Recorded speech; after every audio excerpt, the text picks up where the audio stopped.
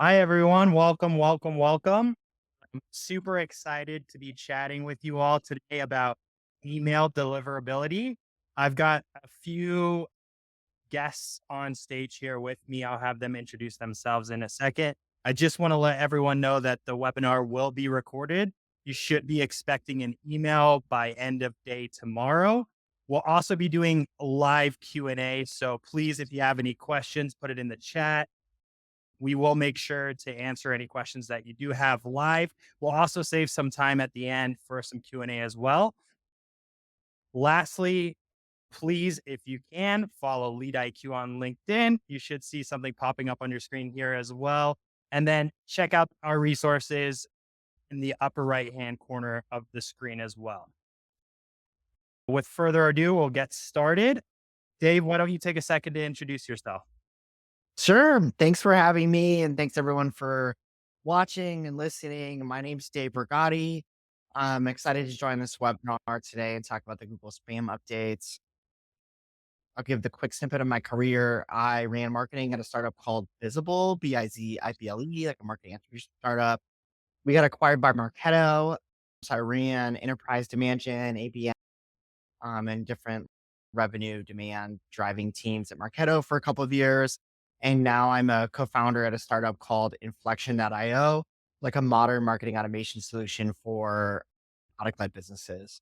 And I'm excited to talk about the Google spam stuff because I've gotten to play my like inner detective that maybe it was like a career I should have gone into. I went and spent just like a ton of time learning about it. I was even like tracking changes, like web changes that they were making and not announcing, using like archive.org, compare and contrast like this page from a month ago and what did they change, what they haven't announced, all that. So I'm excited to share some of that knowledge. And again, thanks for having me. Awesome. Thank you, Dave. Monica Bacican is also here with us. I'm going to have her introduce herself as well. Awesome. Thanks, everyone for being here. Super excited. Really hot topic, right? Everyone wants to know what's going on with email deliverability. We're almost at February 1st. But a little bit about me. I started my career as an SDR. I then managed a team of SDRs for a few years and then transitioned into my first ops role. I've been in ops for the last few years. I managed sales operations at a company called LeanData. Yeah, I'm just really excited to talk about the impacts that all of these new regulations will have on cold outreach and all of the things that sales orgs and ops teams really should be thinking about. Awesome. Thank you, Monica. We're so happy to have you. And last but not least, we got Kelsey Cowher. Why don't you go for it? Yeah, so I'm also really excited to be here. This is a topic that, as Monica said, is very hot these days. It's not something that a couple of years ago I would have ever thought would be so prevalent in our world, but it is. I am the director of account development at a company called CloudZero. We are a Series B startup, around 80 people. So a lot of outbound. I got my start in sales as an SDR, moved into the AE world before moving into SDR management. So, like I said, I really eat, breathe, live all the outbound stuff. And obviously, all these new changes are going to affect the outbound world. So, I'm really excited to be chatting here with you guys today. Awesome. Thank you, Kelsey. Welcome. So let's just kick it off and start by I want to ask the group and ask the crowd, how confident are you in your current email strategy with regard to compliance with Google's 2024 spam update? How about Dave? Why don't you tell us about how you're feeling too? I'm feeling pretty good. We actually don't do any, we're a B2B SaaS product. We don't do any outbound, at least cold outbound. Perfect. We do So some never mind. warm outbound, and we send a lot of emails based on product data, which have very low kind of spam rates. So we're feeling great, but we made the intentional strategy a couple of years ago to not do outbound. Perfect. So I asked the wrong person the question. So I'm Okay. going to go to Kelsey here. Kelsey, how are you feeling on your outbound strategy? Yeah, quite the opposite in that the vast majority of our strategy is outbound. But I almost, at the time, I didn't feel very lucky, but I think lucky now looking at this that our journey on this deliverability struggle bus started about a year and a half ago. So we've been doing quite a bit on our end to get up to speed that we just knew this day was coming, right?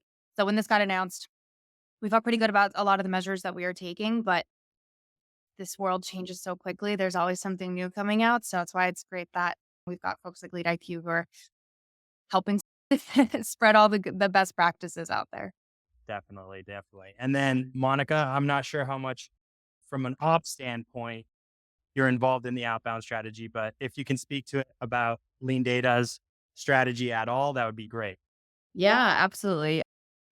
At LeanData, I am very involved and I've been very involved in the outbound process as an ops person in previous roles.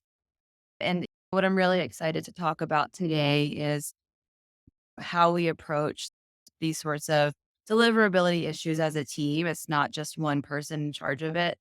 So I'm really excited to talk about how we do that here at Lean Data and really just bringing everyone on board to align around the same goal because that's huge, right? This is a very important issue and it impacts a lot of our reps. So really pumped to share some of the things that we do and also learn from Kelsey and Dave. Perfect, perfect. And as you guys can see, we have a pretty good mix of different perspectives up here. So I'm super excited to see where this conversation takes us. So let's just get started and kick it off. Dave, why don't you tell us? I'm sure everyone knows what's happening with the spam rule changes. But Dave, from your perspective, why don't you tell us what's happening with the spam rule changes? Yeah, I'll briefly summarize it, and I pretty much always represent it as Google. This is Google's policy. It's more than Google. It's Google and Yahoo, and I'm sure that's just a start. So you can essentially take this now as like an industry standard, but I almost always represent it as Google, just because that tends to be the inbox we send to the most as B2B marketers. So there's a few aspects to it. One is pretty simple. It's on just, is your email domain authenticated? Is it set up? Honestly, most probably already are okay there. You can go learn about DKIM, SPF, and just all the other kind of aspects of it. But frankly, like most are okay. Some of the things that I've seen that where companies are maybe not okay is Google's requiring one click unsubscribe. And I don't mean the link in the footer where if you click a link, you're just unsubscribe. You don't have to confirm. The way Google defined this is it's like in the header, like you can click and unsubscribe without leaving Gmail. So it's a little bit different. And some are set up with that and some aren't. Some email platforms don't even allow that yet. And they're frantically adding that functionality. So that's one. But probably the biggest and probably what we'll spend the most time talking about here is there's now a spam rate threshold that everyone needs to stay under. And this has caused the most anxiety. And so the way Google says it is you should avoid ever going over 0.1% spam rate and never go above 0.3% spam rates. So a lot of folks will represent the 0.3% number because that's don't ever go above. But really, the guidance from Google is stay below 0.1%. And most companies are over this. And we tend to think of this as another thing that as related to this is it's just Gmail, Gmail, and just those that send more than 5,000 emails to Gmail leads. And Google calls those bulk senders. There was in the original announcement, it was Gmail and Workspace emails, like sending to both of those inboxes. And then Google clarified later and walked back to Workspace and said, hey, it's really just about sends to Gmail. And so you really need to be like keeping track of all these changes because they are changing the policy as it's coming out to be rolled out here. So, anyways, a lot of folks think about this as just impacting B2C the most, and that's probably true. But like everyone I've talked to from like in B2B, their numbers are way different than they think they are. I've heard people say that they don't do cold outbounds, they're not affected, or they don't do any shady stuff, so they're not worried about it. But really, you send a lot of Gmail to like from your recruiters. Your applicant tracking system is sending Gmails like when people apply for jobs or when you post a new job. maybe even allow Gmail signups on your product. So really, I've talked to some people that they think they're fine, and I beg them to go check their Postmaster Tools score, and they're way over the limit. So even if you're not doing like shady outbound, you really should go check out your Postmaster score because you might be over the limit and very quickly here need to make some changes. So that pretty much summarizes it. The biggest thing to worry about is the spam rate, and that's where I think we'll spend the most time talking about. And again, the summary there is don't ever go above 0.3% and avoid ever going over 0.1%. Gotcha, gotcha. And when I want to ask a follow-up question. So when you're talking about B2C versus B2B, you think this is only the beginning, right? This is just getting started, and this is just the first wave of these spam updates, right? Totally. Absolutely. This is like day one of it. In the original announcement, it was explicitly Gmail and Workspace. Now, Postmaster Tools only reports Gmail, so there's no way for people to check out Workspace spam reports. It'd be like impossible to manage compliance. But we already know, like the intention of Google here is to have this be applicable to Workspace. So, how long it takes them to add Workspace to Postmaster Tools is probably the timeline that it takes for this to roll out to Workspace. So it's coming. It's only going to get like worse, if you will, or depending if you're a Gmail user, better. Depends how you want to look at it. But yes, this is only like step one, and it's clear that it's going to go beyond these requirements that we have today. Yep. It's only a matter of if, no, a matter of when, not if.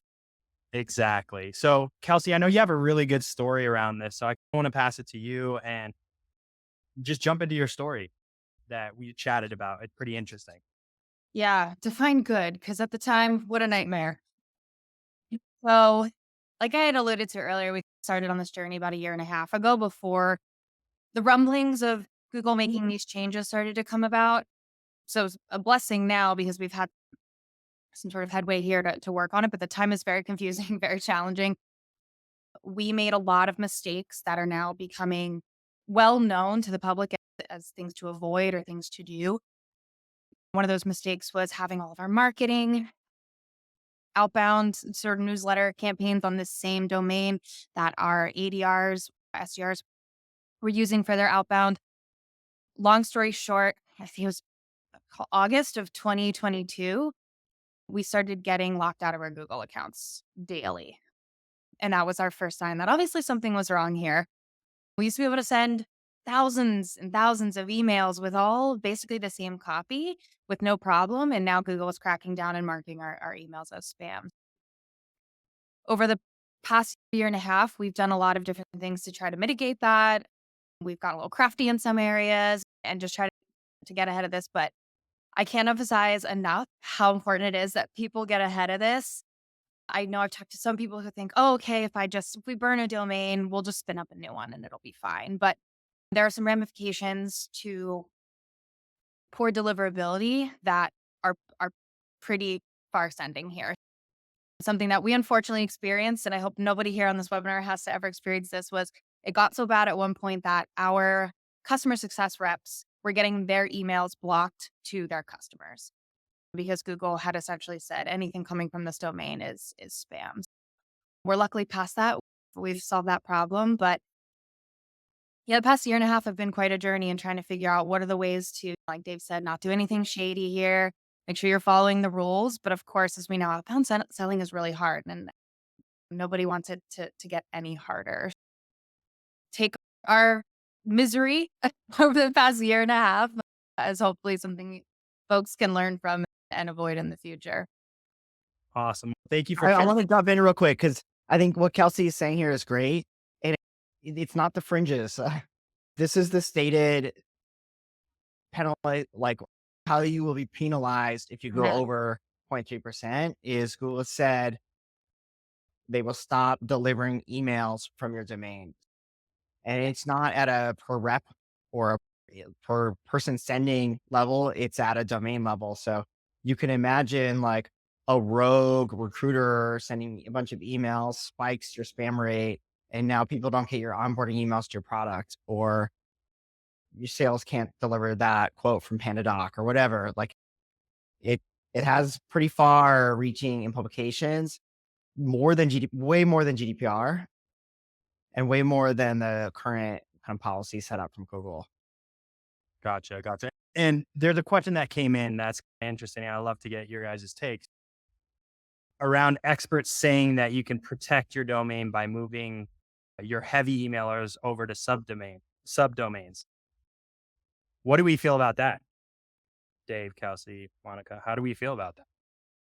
I have so many strong opinions on subdomain. I think one, setting up subdomains for each of your heavy senders is a great strategy because then you can add them individually to Postmasters. You can say marketing animation versus sales outbound versus your applicant tracking versus whatever. You can see the spam rate for each of the sources, so you can better like air traffic control across your systems. Setting up subdomains in that way is a good strategy. Google's not clear. Are they looking at root domain or subdomain? So even if a subdomain spikes over 0.3%, setting up subdomains may not isolate across other email systems, if that makes sense. So I think setting up to subdomains is great for kind of monitoring. But if you're like, frankly, trying to get around the rules, it's probably not going to work. Google's pretty clear. This is like an organizational policy, it doesn't say a domain policy. It's like an organizational. It's a hack at best, to be honest with you, but it's good for air traffic control. Gotcha. Gotcha. Kelsey, I see you nodding over there. Is there anything you'd like to add?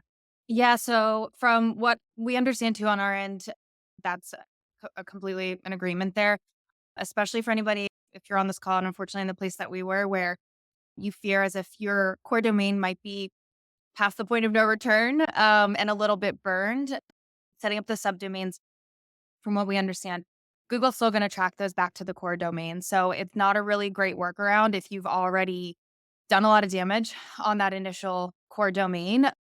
Like David said, it's really good for kind of that air traffic control where you're keeping everything very healthy and spreading out your outreach, but it's definitely not, I would not advise it as a workaround if you're fearful that your one core domain you've been using is not, does not have as good of a reputation as it could. So we just busted the myth right there. Awesome. So one other question that came in that I'm interested because I don't know much about this is around what adds to your spam rate threshold. For example, like mail bounces, unsubscribes, like what adds to that spam threshold? The definition is you can go in Postmaster Tools and select, there's a help bubble and you can hover over it. It's user reported spam divided by all spam or divided by all email to Gmail. I've seen some people actually do this calculation wrong, so it's important to get right. It is not spam rates from Gmail divided by all email you send. It is spam rates from Gmail divided by all email you send just to Gmail. So folks that are using the all email you're sending to even outside of Gmail, you're way under reporting your spam rates. It's user reported spam or like self-reported or user reported spam is the definition. So somebody marking spam. Got it. Got it. Got it. So user reporting. Okay. Perfect. So I want to jump into another topic that's near and dear to my heart as the director of sales development at LeadIQ is around the impacts on cold outreach, right? So Monica, why don't you tell us a little bit of how you are thinking about this at LeanData? Yeah, absolutely. I think Kelsey nailed it on the head. Sales is a really hard job as it is. And now with all of these new regulations, it just got a little bit harder. So there is going to be a huge impact on cold outreach, whether you are B2B or B2C. I think it is coming for B2B. And so when I think about how we will need to adjust, it's moving from this mindset of quantity over to quality. And I know we always try to strive for that, but it's just so much more important now than it ever has been. And I think from an ops perspective, the way to ensure that is making sure you have the right processes and tools in place to make sure you're targeting not only the right accounts, but the right people. So important. And so when I think about, okay, how are we going to do that? It's maximizing your existing tech stack and making sure that you have alignment in your processes and how your outbound strategy is.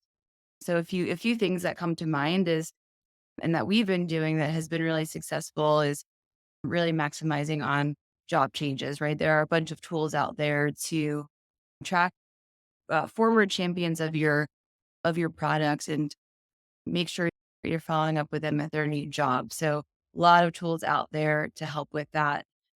Another one is really targeting in a smart way, reaching out to accounts that are, expressing interest or have more of a likelihood of purchasing or buying your solution than others. So intent data is a big one, accounts visiting your website, accounts reviewing your G2 profile, taking all of those signals and making sure we're prioritizing those accounts over others. And then another thing I'd say is data is your friend. And I love that coming from an ops person. I love data. We always try and add in a layer of data when we're thinking about our prospecting strategy. And it's been a big part of a shift that we're moving towards this year at LeanData. There's been a lot going on in the tech space, and it's not just this email deliverability topic. There's a lot going on in the macro, and so it's forced us to reevaluate and rethink how we outbound. And so we're changing up the accounts that we're targeting and using an additional layer of data to inform those strategies. We did spend a few months at the end of last year really thinking about the process that we're going to be using this year and making sure that we're using ICP scoring and additional data to really add in that layer of account assignment to help with that quality, right? It's all about giving your reps the right tools and data so that they can target the right accounts, target the right contacts. Otherwise, you do increase your risk of entering spam. Uh, it's all about, I think, just maximizing the tools you've got, refining your processes, and using data to help inform a lot of your strategy. I love that. I love that. And the right accounts, the right people. And I think what's most important about that is that data provides also us the ability to craft the right message to in conjunction with that. Little- Perfect. Perfect. Anything else that you would like to add to that or feel like you would dive into with your guys' strategy? What other layers, for example, are you putting for account assignments? Yeah, yeah. So we did a huge project where we looked at our customer base and not just our entire customer base, but the customers who are happy, who are seeing value, and really trying to understand and dig in what are some similar criteria and traits that they represent, and then how do we use that data to inform the best type of prospects to go after. That's not to say that we don't want to, tap into new industries or new verticals or new segments, but really using a data-driven approach to help at least guide our reps in the right direction. And then they should, of course, be doing their own research to validate things like, is there a use case? Do they have budget? Are we reaching out to the right personas as far as contacts? So it's using that data, but then as well, the training that we provide our reps to really be smart about how they're reaching out to accounts and contacts. Love that. Love that. Awesome. So there's a couple questions that came in the chat. There's a bunch of questions coming in. So sorry, guys, if we're not getting to all of these. But I think, Kelsey, this is a good one for you, for your team, leading SDRs. Is there any tools that your team is using to check to make sure that they have the correct email? Yeah, absolutely. So obvious one is Lead IQ.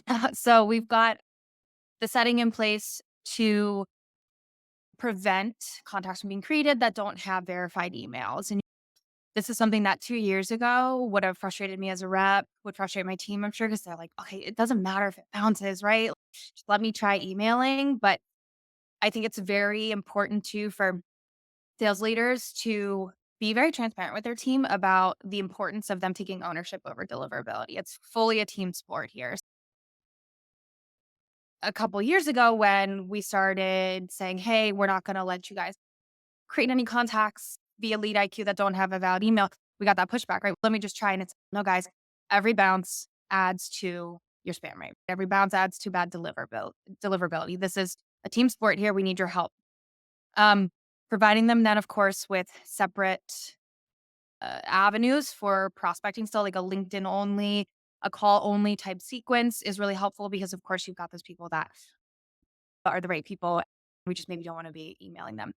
Another tool that we use in conjunction with Lead IQ that I cannot recommend more is a tool called Allegro. They help us with our domain reputation tracking, which is huge, but it also has a safety net feature, which will catch any emails that they think the recipient might be marking as spam on their end if they have a high propensity to mark as spam, or if they also think this email might be invalid. So it's just really providing our team with as many checks and balances as possible so they can be really educated about, hey, do I actually want to push this email through? Do I want to lean on more of a LinkedIn and call only type of sequence? Awesome. I love that, by the way. That's a great way to make sure that you're still getting your activity up, but protecting your domain, right? Dave, I saw you just answered one of the questions that I would love to ask you because this is around your background. What do you think the impact would be on marketing automation platforms like Marketo and HubSpot? Yeah, I've met with probably about a dozen companies to basically ask them that question and get a sense of what campaigns they're running that have high spam rate and what campaigns they're running that have low spam rate. And essentially, big batch campaigns, like sending your bulk email, those tend to have higher spam rates than those that are like triggered or based on some kind of action. A really just simple example is inviting somebody to a webinar. Those campaigns have higher spam rates than an email that sends out right when somebody signs up for your product that says, hey, thanks for signing up for the product. Here's what you need to know to get started. So it varies a lot by campaign and what you're using to like essentially trigger those messages. But if you're marketing, I mean, if you're in marketing team and you're sending these any kind of emails and you haven't gone and look at kind of spam rates by campaigns or gotten a handle on this yet, I would recommend going to do that very quickly. And then even investigating and asking questions like, should we be removing all Gmail emails from marketing automation and asking some tough questions like that. Awesome. Yep, I totally agree. And let's just dive into it. Like for 2024, let's start talking about how we're going to prepare and ensure email deliverability. We have a great strategy in place, right? So let's talk about more around the technical aspect of email deliverability. So Dave, I'm going to hand it over to you to talk through some of those best practices. Yeah, I think we already covered some of them. So I'm going to talk about Postmaster just a little bit because I think there's been some myths sent out around on this. So one, if you don't know your Google Postmaster score, go look it up and don't assume that somebody's monitoring it. Go ask in the Slack marketing Slack channel or sales Slack channel, hey, what is our Google Postmaster score? And score really the actual number, because there's a few numbers in Postmaster. The really one you want to look at is the user reported spam. That's the number to look at. And if most don't know, so I assume that means most haven't gone and looked in Google Postmaster. It's like the world's most basic chart. It's like you can select last 7 days, I think last 30 days and last 90 days. And it's just like a line of what's the user reported spam for every day. This gets into what time frame is Google looking at for this? It's daily. In fact, they like explicitly say in their FAQs, it's the daily number. Like you can't ever go above zero point 0.3 on any day. I've seen some think that it's a weekly average or a monthly average. That's not the case. If you have a big batch email, like that's probably going over 0.3%. today. So it's a daily number, not a weekly number, not a monthly number either. So yeah, I understand that. The other thing is kind of bounce rates. Like bounce rates shouldn't have an impact on user reported spam. If an email is bouncing, that means it's not getting delivered to a user. And if it's not getting delivered to the user, that means a user can't report it as spam. So I don't know how a bounced email would ever get marked as spam, but that's been one. I've seen some people spend a lot of cycles on bounced emails as a thinking it will change their spam rate in Postmaster Tools. And I don't believe that's the case. And then I think finally, we talked about go setting up Postmaster Tools for each subdomain. This is required. Go set up subdomains for each sending tool. Go look beyond sales. Go look beyond marketing. Go look beyond go to market. Go think recruiters. Go think about applicant tracking. Again, this can have a really big impact on sales and marketing. Theoretically, recruiters blasting out to 10,000 people who've applied for a job last year, a new job, could shut down outreach. So don't let that happen. In fact, like recruiting tools and applicant tracking tools, like our applicant tracking system, like the tool that you use to apply for a job, it doesn't even report spam. That's just not even a number we can even look up. Like it's not an email platform, even though you can send a lot of email. So we have no way to know on our recruiters and all of our like inbound applicant flow what that spam rate is unless we set it up on a subdomain and get it in Postmaster Tools. So go ask some questions around that or set it up if you can. And then I know a lot of tools are frantically rolling out more ways to ensure compliance or at least help with compliance. So check out what they're doing, the latest features, talk to your CSMs and see what they can do to help. Awesome. So one question just came through. Is an unsubscribed opt out treated the same as a user generated spam marking? No, I don't see how a use well, I should say a lot of this stuff is super opaque. I think it's intentional by Google to do this. I came from like an SEO background a long time ago, 15 years ago, and Google never publishes exact frame. Like, are you in compliance or out of compliance on SEO? And I think we're seeing a lot of that same culture with this as well. So Google says user reported spam. The it, it's a little blurry about exactly what that definition is, but I think if you just say like a user has to report it as spam, then unsubscribing is not the same thing as a spam report, and therefore unsubscribes uh, by themselves do not contribute to this. Now I know I unsubscribe from a lot of emails. I can like report spam and unsubscribe in one click in Gmail, and I do that a lot. So I think those would count. Those would count? Yeah. Yeah. Okay. Gotcha. Gotcha. Okay. Perfect. So now we're going to jump into still my favorite topic around cold outreach and cold outreach etiquette. So I'm going to ask Kelsey to talk a little bit about personalization and good cold email etiquette. Super interesting to hear. Super interested to hear her take on this. Yeah, for sure. So I think this is, if I read between the lines when I talk to a lot of other BDR leaders and sales leaders out there, I think this is a thing that's really worrisome is people are afraid that maybe their team members don't know how to do this. And this thing can be really challenging to coach, especially I get it because we're again an 80-person company. We don't have a dedicated sales enablement team. We don't have trainers there.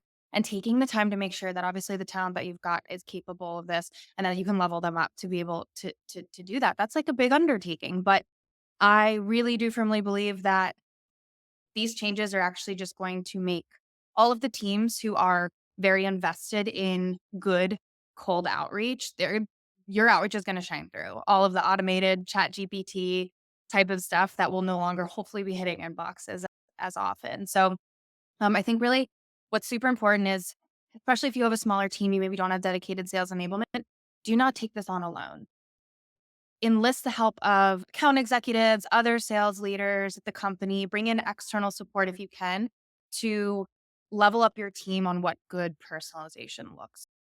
Monica touched on this earlier, but get really specific with your ICP, the types of accounts you need to be reaching out to. And then persona training is just so critical these days. understand your personas, what gets them hired, what gets them fired, speak their language so that when you go to craft your messaging, your team can connect those dots on their own and they're not reliant on automated type messaging.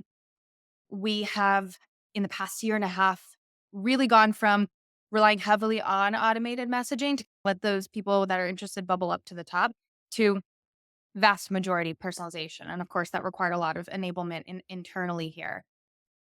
A fun anecdote that, again, wasn't very fun at the time, but maybe you guys will get a kick out of it, was waking up one day to a fire drill that emails were getting shut off left and right because we had just released a new automated sequence and outreach that included a percent symbol in the subject line.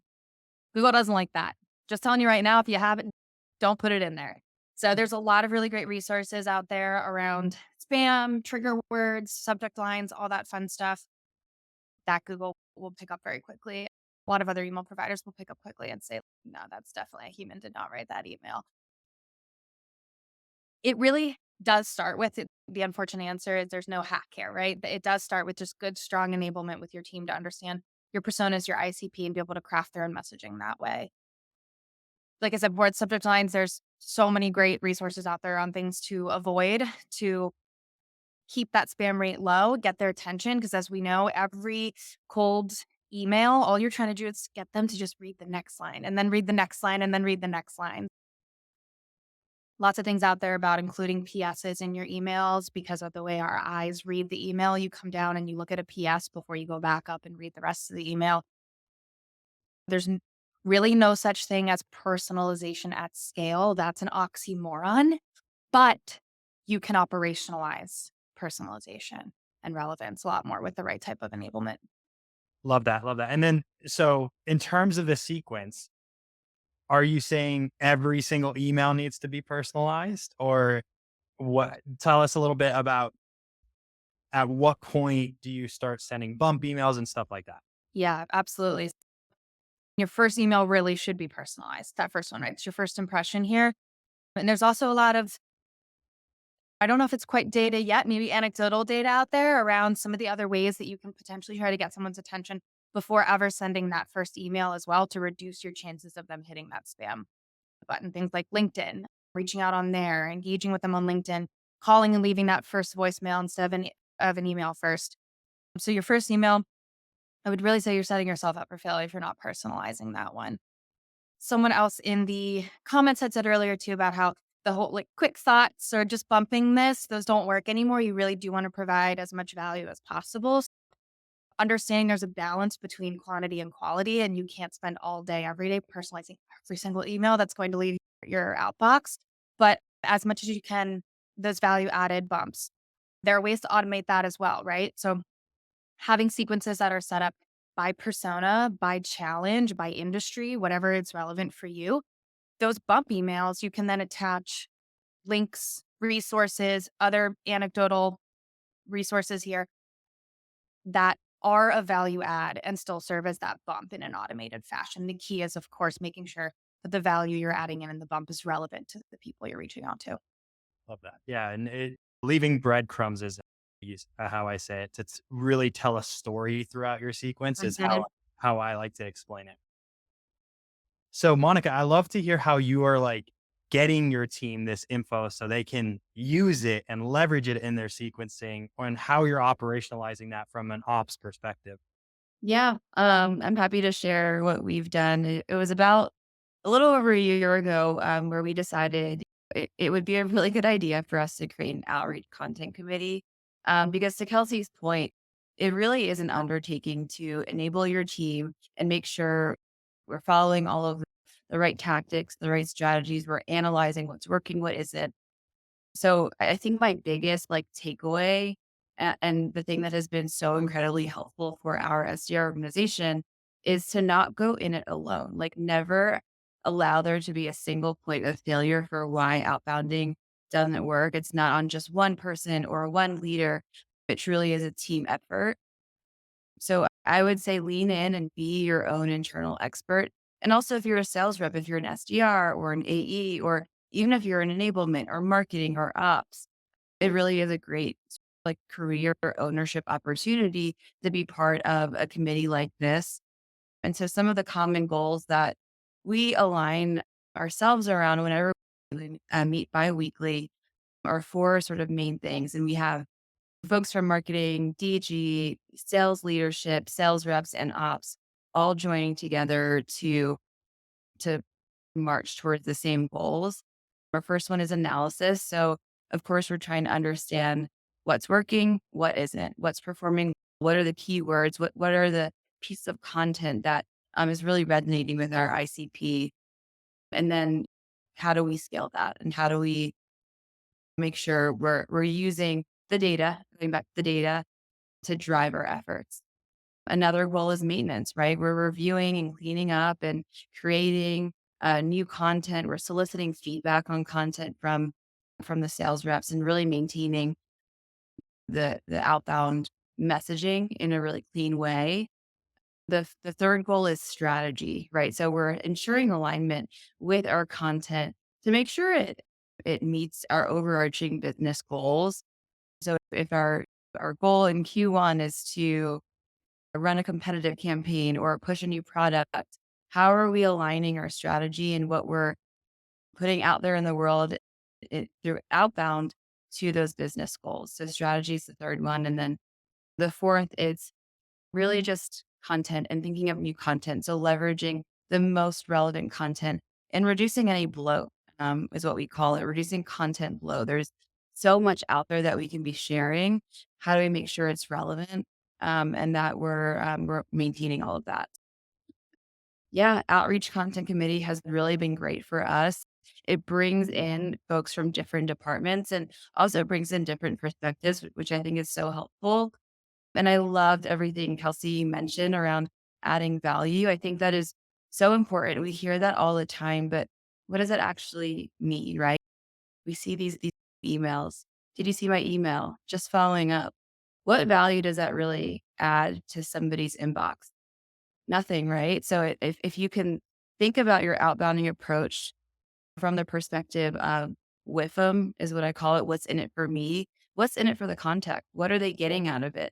How is this going to help them learn something, bring value back to their organization? So if you can think about that in every single touch point, that will help you add more value.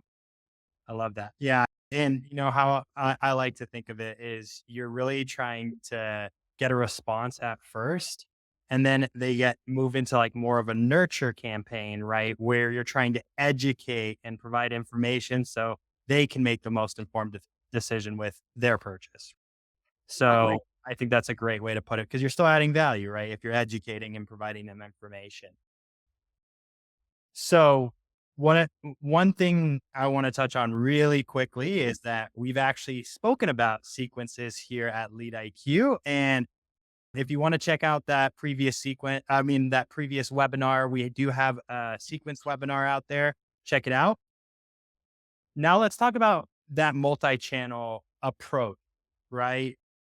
Why is that so important? We talked a little bit about it, Kelsey, to protect your email deliverability, right? But can you talk a little bit more about why it's so important to have that multi-channel strategy? Yeah, for sure. I think we could probably all just look at ourselves and think about how many emails do we pay attention to on a given day? Even Slack, which is only internal, and how many days go by where you leave certain things unread. That's for another day. That's for another day. It's just the world is changing, right? I know it's a cliche, but it's true. They have different modes of communication preference. It's a lot easier for people to stay anonymous for longer now when they're online researching for solutions like your own company here. Obviously, to protect your email reputation, because if you're only relying on email, inevitably that means more of your communication is going to be on email. You're going to get higher spam rates, all that type of stuff. But also from the standpoint of just like being efficient and being effective with your time. I tell my team members, I tell anybody that'll listen to me about this, it is a waste of time to have an email only sequence for an outbound seller. Marketing and nurture, that's entirely different, of course. But if you are outbound selling, you are outbounding into into accounts, it is a waste of time to have an email only sequence. At that point, don't even bother reaching out. Um, it's really simple to include steps. If you're a sales off outreach user, I know there's a couple of other tools out there, and just include those steps for voicemails, right? For your LinkedIn steps. Not everything has to also be a message. Simply viewing a profile sometimes is the trigger somebody needs to say, oh, hey, yeah, that's right. I owe Monica a response to that. Engaging with people, social selling is becoming even more important. Yeah, not only just from a protect your reputation, but just if you want to set your team up or yourself up for success to actually get those replies. Human attention spans are very limited. We're all goldfish these days, so you're gonna have to use multiple angles to get people's attention. Yep. And I think you touched on something really good there. And I think it's also, you've got to make it your own and have some fun with it because everyone's sending the same stuff. So, Yep. how do you differentiate yourself? I get calls every single day, but no one ever leaves a voicemail. Like something as simple as that. Mhm. Maybe I wouldn't listen to it, but I will for sure go look at the transcript and he Exactly. called me. And if it's important, I'm going to give him a call back. So just differentiate yourself. LinkedIn voice notes is one of the ways I teach my team as well, to put more of your voice to the name, right? You could send videos, Vidyard. There's so many different ways. So just have some fun with your outreach as well is one thing that I'd recommend. So want to touch on one last thing, which I think is the most important, is keeping everyone aligned. We've got folks from different teams here, and they're all on this webinar for a reason. So Kelsey, why don't you dive into it a little bit around how you keep your team aligned? Yeah. I think one of the best things we did for our strategy, our deliverability strategy, was creating a committee, a deliverability committee. So for us, we're a small company. It's just the four of us. It's myself, my manager, our director of IT, and our CTO as well. But it has been so helpful to have technical support. They're in there looking at stuff that I certainly would be going over my head, and to get people bought into this, to understand the necessity of strong deliverability outside of even just getting those replies from an outbound perspective. So I'd say, regardless of how big your company is, find at least another person, two other people to create that committee, meet weekly, bi-weekly, whatever works for you. We meet weekly to discuss, look at Allegro, we look at our reputation scores. Is it going down? Is it going up? What changes have we made? How can we test things in a very methodical, scientific way? So yeah, I would just say creating that team internally is huge. Don't, as my manager always says, do not suffer in silence. Love it. Love it. Suffer with friends, right? Just work Uh, on that today. yeah, Yeah. exactly. Exactly. Monica, you touched on this a little bit. How important is that committee to ensure your success from an outbound standpoint? Yeah, it's super important. And like I said, I think it is so important because we have different perspectives on the call. It's not just sales on the call, it is marketing. It's folks from different departments, and it really does help drive alignment around our entire strategy. And I think some of our most helpful tactics that we've uncovered and figured out together have come from the committee, right? For example, one of our SDRs on the committee reached out and on our meeting was like, "Hey, I get a lot of responses in my first three emails. Can we look into that?" So we looked at the data and we did some slicing and dicing, and we realized that 75, I think 76% of our meetings came within the first few steps of our sequence. And then it got us wondering, why do we have sequences that are 8+ steps long if we know that it's not actually returning value? We made a shift there and we're shortening our sequences. We're really leaning into that multi-channel as well. Another big thing, another SDR on the committee was like, "Hey, I'm seeing a lot of success with LinkedIn. Great. How do we enable the rest of the team to build their brand on LinkedIn, to be posting and engaging, because that's really meeting our buyers where they're at." And it's going to be different for everyone, right? Not everyone is as active on LinkedIn, but I think there is a really strong ops community specifically on LinkedIn. So we know that's something that we want to spend time training on and investing our efforts on. So we're this quarter, we're gamifying it a little bit for our team and anyone who wants to be more involved in building their brand on LinkedIn. So I think those are just some of the really great insights that have come out of our committee. And it's that feedback loop amongst the entire team and really learning from each other to build each other up. So I love it. I highly recommend it. Even if it's just a few folks, I think it can really help drive some really valuable insights. Awesome. And that's super interesting, the 75% in the first three touches, because Yep. I've been in the space a long time and I've always preached reach out so you get a response, but I haven't really looked at the data. It's some of my favorite meetings that I booked were like 70 touches out. So, I'm super interested in how you guys manage, the amount of prospects you're contacting with those shorter sequences, right? I feel like you'd be reaching more prospects at with those shorter sequences. How are you ensuring you're not just blasting accounts? Yeah, no, it's a great point, and it has been a shift from what we've done in the past.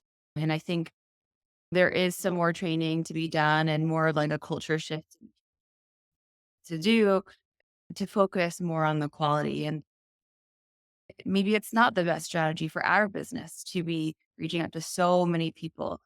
And I think another thing too is anytime we try something new, we slow roll it. We don't go all in. We test it out. We A/B test. We test with smaller groups. A small group of SDRs. That's also a really great thing that's come out of our committee is we have our SDRs who are on the committee testing things out for us, seeing how it works, and then if it does work, then we roll it out to the whole team.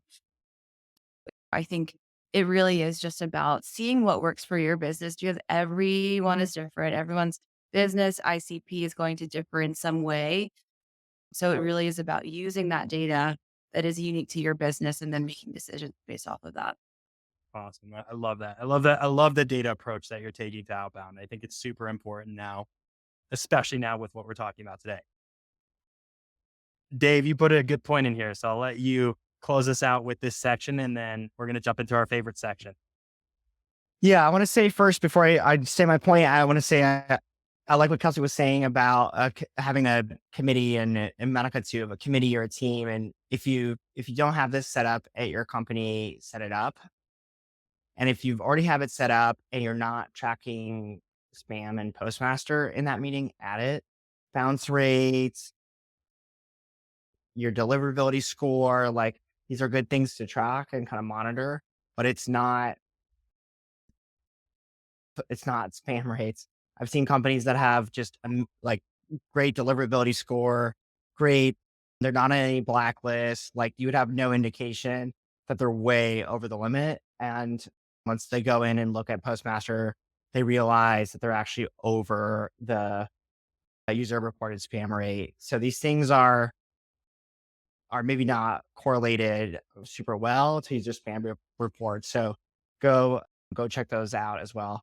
But the point I want to add on this kind of theme of keeping sales, marketing, product all aligned, a lot of the commentary that we've had and a lot of the commentary that you'll find out there is ways to reduce your spam rate, send shorter sequences, do these things, which is great.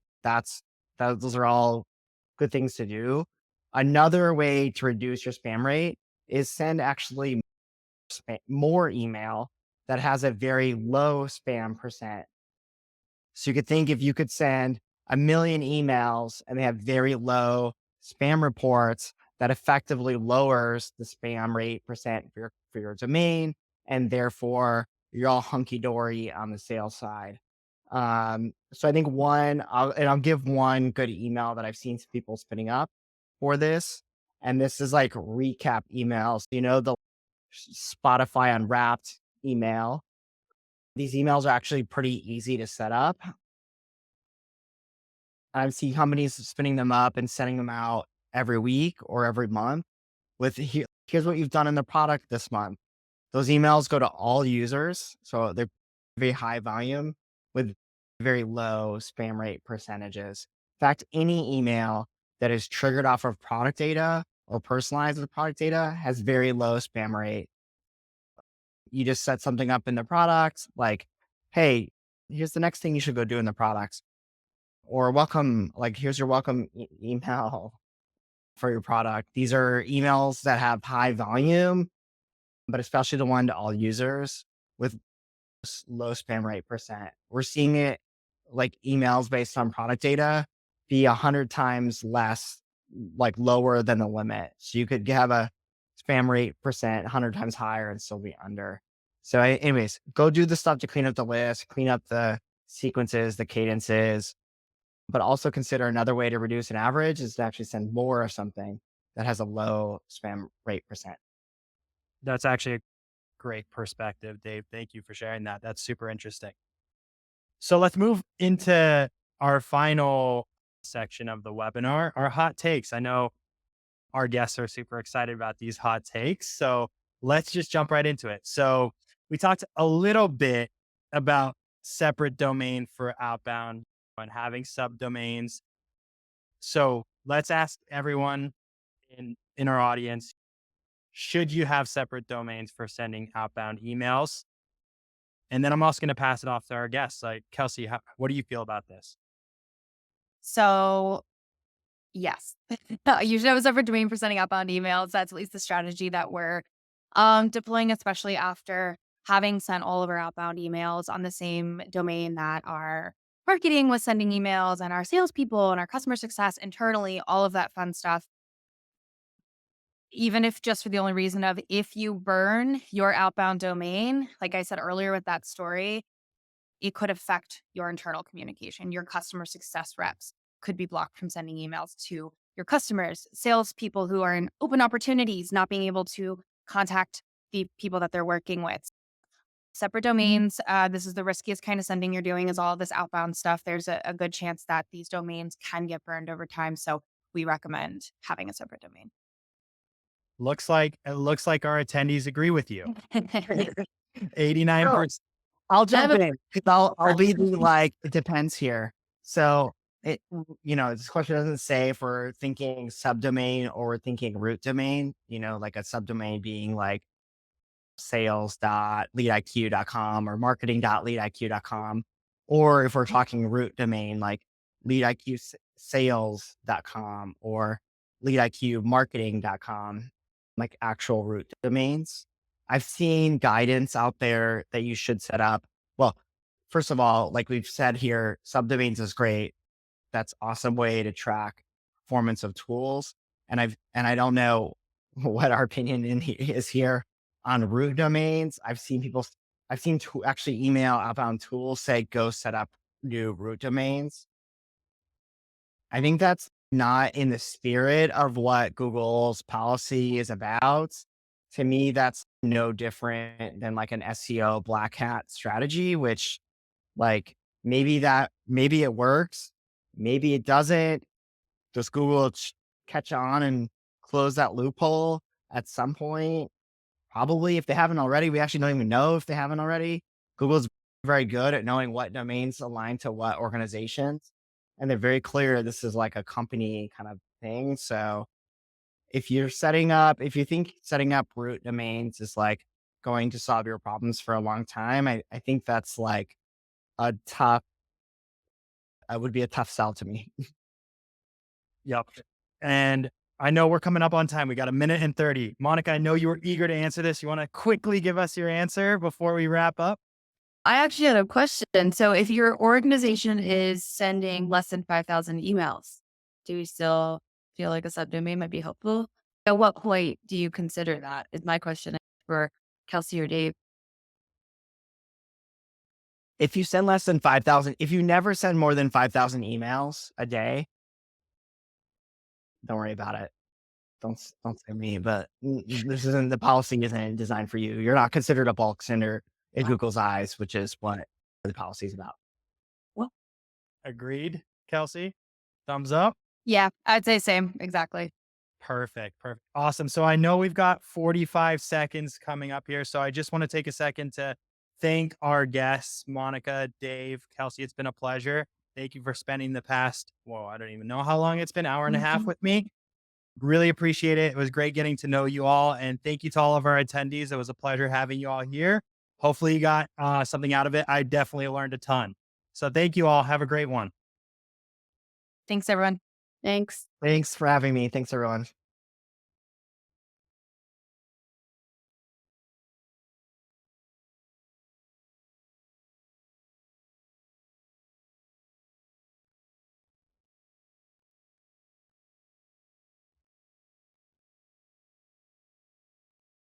Thanks. I think we're all good, right? We're good. Yeah, I think we're good to go. Okay.